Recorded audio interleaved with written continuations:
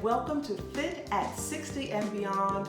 You do not have to be 60 or beyond. We're just challenging you to be fit, mind, body, soul, and spirit. I'm glad you've joined us for today. Our message for today is the dance journey. So, in the last few years, I began to learn the dance now known as Chicago stepping. It has evolved over the years, and those of you who are watching, who are well versed in the dance, you know the history, you know the journey, that dance has evolved over the years. But it's commonly known today as Chicago stepping.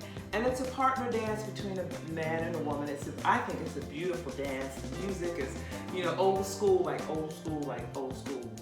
baby boomer old school music. And it's just a beautiful opportunity to get some exercise, to socialize, and to really hear some good music from back in the day, as we say. So in the process of learning this dance, it's a partner dance in which the man is the lead and the woman is the follow. And there are many comical occurrences throughout this dance. Sometimes when we're at sets or if we're practicing or whatnot, you've got the man and the woman on the dance floor, and sometimes they're fussing because he's saying, "You gotta let me lead," and she's like, "I am letting you lead." Or sometimes she actually is leading. And it just becomes comical sometimes because they're, almost like a relationship for those 2 or 3 minutes of that song. It's like a relationship. They're going back and forth and back and forth and back and forth.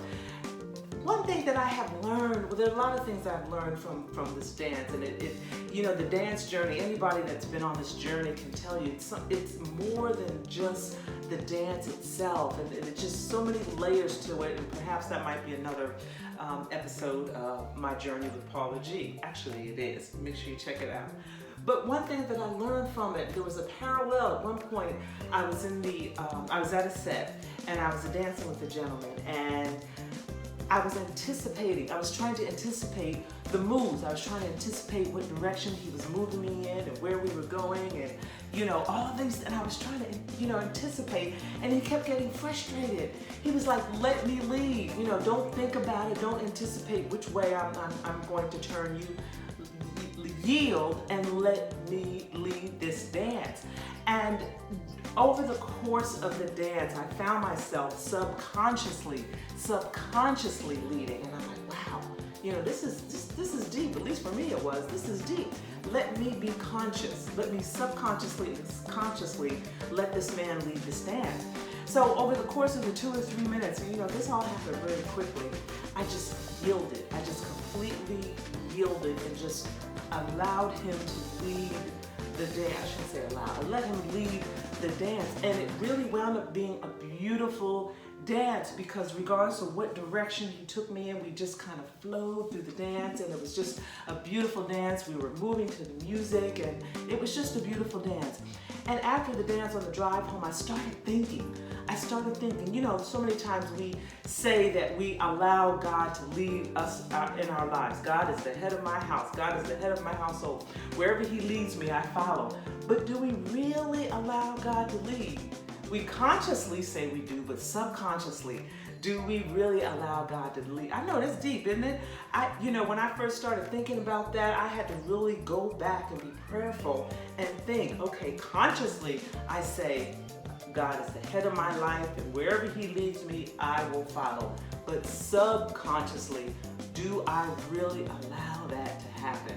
That's just a thought for today. I know we could go on for a minute about that, but I'm just going to drop that in your spirit, leave that with you, for you to kind of meditate and pray on.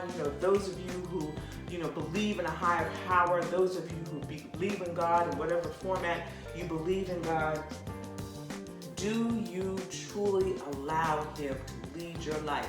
Mind, body, soul, spirit, subconsciously. Is he truly the head of your life and leading the direction that you're going in life? So I hope you enjoyed that message for today. Now I just want to transition like we always do to a little fitness tip. And as always, make sure you check with medical personnel before you engage on any type of exercise that you may not have engaged in before. And as I've mentioned before, a lot of these tips that I give are just mainly for those of you who maybe are new to the fitness journey, maybe have not had a lifetime of exercise, maybe are recovering from some injuries or something of that nature where the doctor said you can exercise and you're looking for some simple ways to begin that process.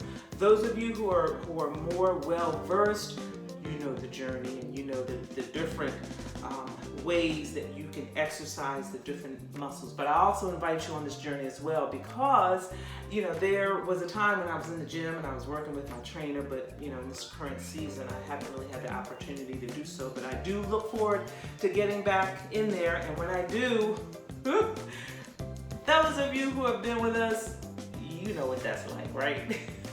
Okay. All right, so here we go. So I'm just leaning up against the wall. Good posture, my feet are shoulder width apart, my abs are in, I'm just leaning up against the wall. The bottom line, we're doing abs by the way.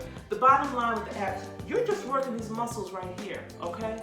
You're just contracting these muscles right here. You can do a full sit-up, you can do crunches, but the bottom line is you're just working these muscles right here. You can take your hands behind your back, you can just tilt in. So you're tilting your pelvic